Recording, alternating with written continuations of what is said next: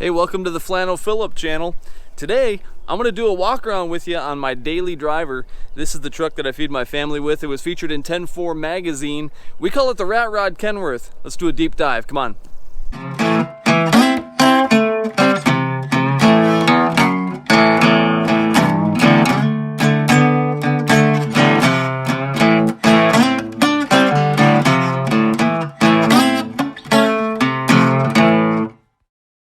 Well, there she is. It is the 1997 Kenworth W900L, and I'll give you a few of the specs on it. It's got 2.2 million miles on it, powered by a Kenworth N14. Got 13 speed, 373 rear end. The wheelbase is 233 inches. The sleeper on the back is a Benz sleeper that we got out of a junkyard. And I'm going to do a separate video on that. I can tell you a lot about it, but we'll crawl around inside and I'll show you around. Now, like I mentioned earlier, you can go find the full article written by Stephanie Haas, 10-4 magazine.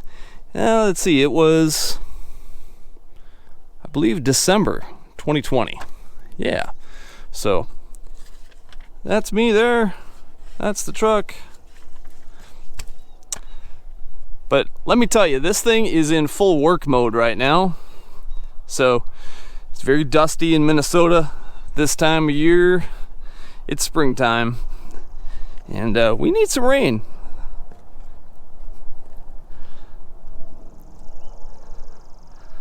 But I'll take you inside as well. We'll open up the power barn and take a look. I'll try not to bore you with too many details, but this baby,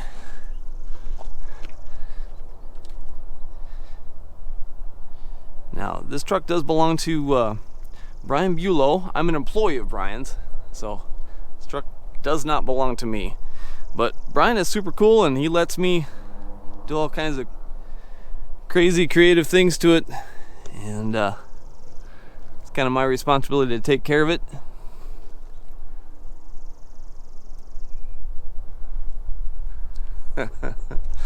Okay, so we can head up top here just for a second too. I can show it to you. Let me crawl up. So you'll notice the lights up here. They are from an old International, actually. And I wanted to do something a little bit different. We originally had a shaved roof on this truck. We had taken the air horns and the cab lights off. Now we have the air horns mounted down below. They're really dirty, I know. And we had the lights in the visor for a while, but things changed. We now have an RLK services visor. I love that thing. I have some lettering and some pinstriping on the underside of it. I can show that to you when we go into the interior.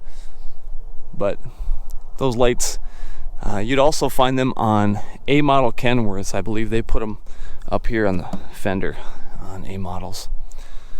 But yeah, my engine is stock on this thing, N14. We had the ECM reflash, but otherwise it's completely stock. Might be time for some new cans. They're getting a little beat up down there. So, nothing too crazy or fancy up here. I like to paint my hubs. I need to get after my drums and balancers again. They're looking kind of dingy after the winter time. Used to have a whole bunch of chicken lights down here. I just filled them with rivets. Steps I painted, and then I just polished the front side. I actually need to get after the treads and polish that up again too. So I do my polishing in stages. I can't do it all in one shot, but I try. Now you're probably wondering about the panels on the sleeper. The backstory on this thing, and I'll do a deep dive specifically on just the sleeper some other time. But the panels are stainless steel that I sanded and polished myself. The bends that are done in it, the patterns, were done by a local guy in Dodge Center named Will Sanson. He did a fantastic job on those panels for us, and we replaced the aluminum that was originally on there with stainless steel. And these bottom panels down here are from a refrigerator trailer on the reefer doors. So, you want to head inside? Let's take a look. The license plates are all from my grandpa's garage. He gave those to me. And again, Brian lets me do all kinds of crazy, creative things on it and just have fun with it. I'll just start pointing stuff out as we go along here. Grab handles, I noticed that they were aluminum, so I wanted to cross drill them. There's some of my pinstriping and lettering on the visor. Did a little striping on my microphone, but I should probably redo that again pretty soon. My shifter knob is an old doorknob that my wife found at an antique store, and I wanted a taller shifter, so this is just an old rusty pipe that is pushed onto the stock shifter, so I could actually take it back off anytime. And these are just old lug nuts holding my air lines in. Again, these kind of things are necessary for pulling an end dump trailer like we do. That's why I can't have my radio pushed all the way in, is because of the air lines on my switches there. The dash I jeweled myself. I just took the panels out and put them in a drill press. I wasn't really a huge fan of the wood grain look. Steering wheel here. These are big block Chevy connecting rods. This is I think it's a 20-inch hoop.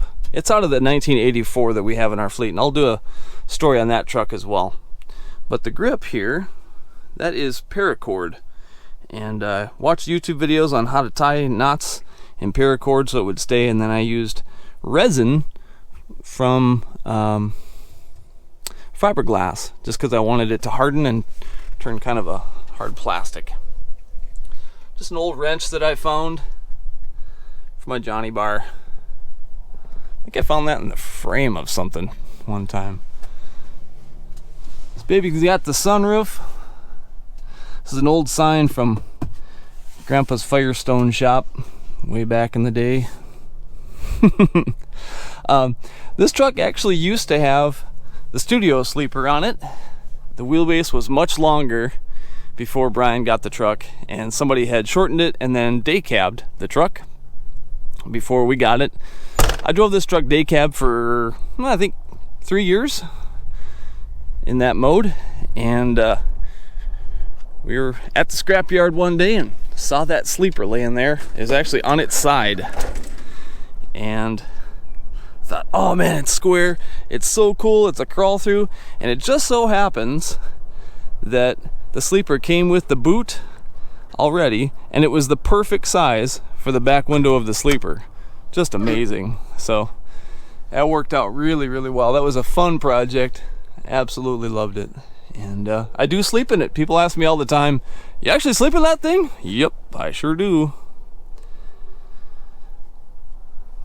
That's my oldest license plate, 1954. My pedal down here is a Ludwig drum pedal. I used to play drums. It's been a while now, but yeah.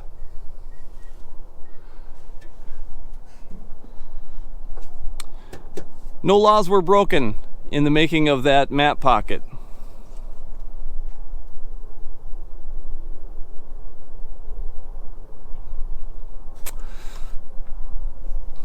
What else? Let's open up the sleeper here. My favorite band is the Stray Cats, so I was kind of doing an homage to them. I do all my own painting on this thing. The bombs, I kind of had an idea like old World War II bombers, that each successful mission coming back home would be represented by a bomb. And so anytime I sleep in the sleeper and come back home safely, I just put another bomb on the door. This panel is actually because there used to be vents in these doors, and I decided for ventilation I was going to go with the back window. And that helps watch the trailer go up and down as we're delivering our loads with an end dump anyway. So that's why I filled those in with some aluminum. Down here in the storage compartment, did some pinstriping down there. I'll open up the other side too. With this sleeper, I wanted it to have its own standalone wiring, and also you can see the heater down there. The reason for that was I wanted to be able to take this sleeper off the truck if we ever wanted to. Just it's a couple quick connections with the battery, quick connect couplers with the heater hose, and I'll show you down here. The sleeper actually sits up on the frame with some wood blocks and U-bolts. So it's really easy to take off if we ever chose to. We'll go around to the other side here quick. A little story on the diamonds on the bumper. 4 deer and 1 concrete barricade have lost their lives to that bumper. It's pretty beat up. It's all kinked and bent. But the reason it stuck around is I was going to try and just nurse it through winter, so I got some aluminum. Asked Brian if I could just rivet it on there just to cover up the bends, you know, the kinks and stuff like that. And it just sort of stuck around and became a thing, and the truck became known for it. So guess we're just going to run a bent bumper from now on.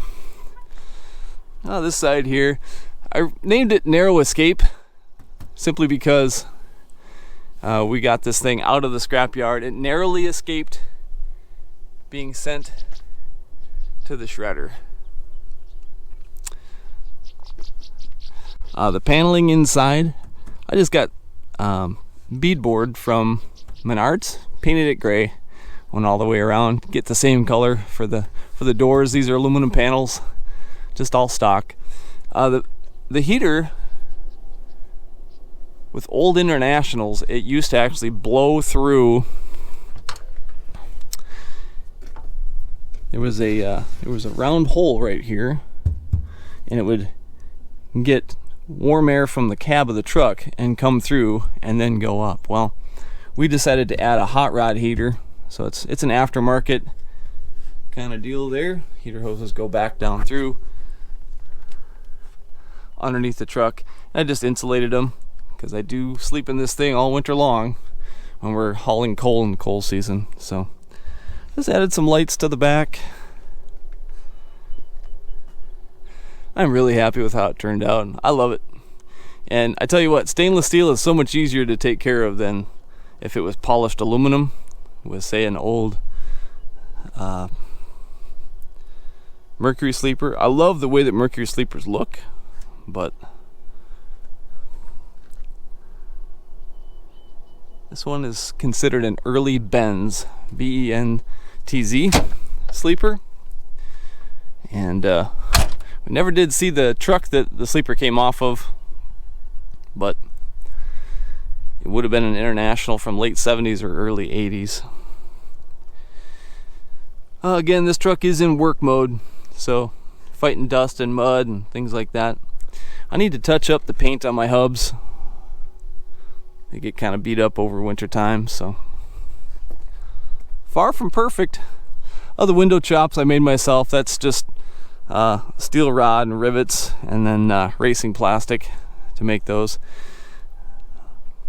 I do still have a little bit of vinyl on the truck itself, and someday I would like to actually replace that vinyl with hand painting.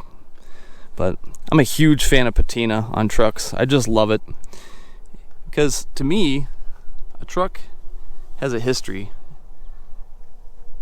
You can tell where the old badges used to be, the old numbers, not only our number, but from previous companies. And it tells a story, accessories that had been on there before. I like Scotch-Brite for an air filter. I don't know about you guys, but that's how I roll. El Cheapo. The trailer I pull is a 40-foot Mack frameless end dump. We do a lot of aggregates and sand, rock, ball field lime, things like that in the warmer season. In wintertime, we do a lot of steel and recycled material, mill scale, and then we haul coal from North Dakota back to Minnesota also.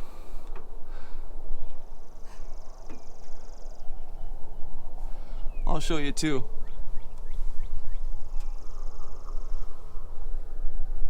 The reason I put the switch panel down there underneath the crawl through space was I wanted to be able to reach my switches for all the lights.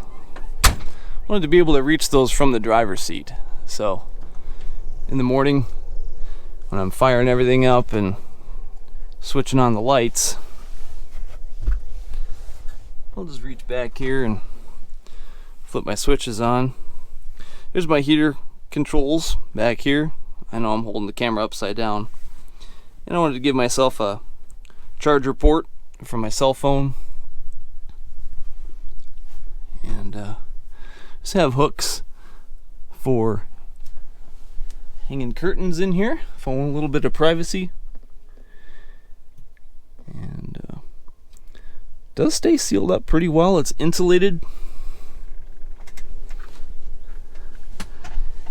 Keeps me nice and warm and safe those nights that I'm sleeping in it.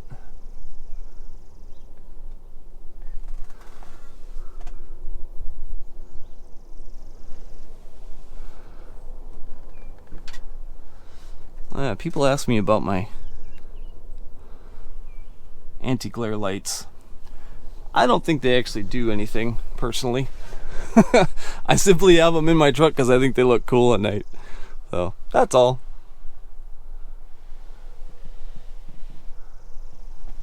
Yeah, I did a little striping on that too, but that was years ago and I'd like to get another crack at it, so probably redo some of that as my abilities have improved a little bit. I know it's so bright out here, the camera keeps trying to adjust. Too bright, too dim. Oh, I'll show you this too. That's my valve for the train horn. The tubing goes back along underneath the cab, but that's an old jack handle. Because I like rusty stuff.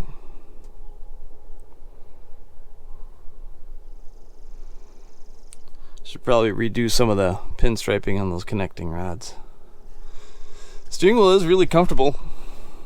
Holding on to that thing for 11 hours a day. And does a great job. That's an old license plate too. But it is work mode. She's beat up. That's alright. That's part of what I love about it.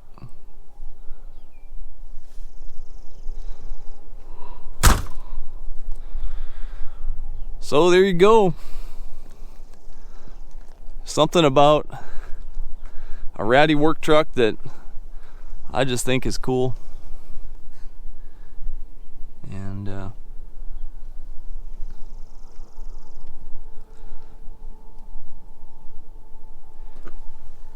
she's a 300 footer. Looks pretty good from the other side of the interstate. But hey, it's well loved. I want it to look worn and beat up, but still well cared for. I don't like perfection. I like things that show some wear and tear and age.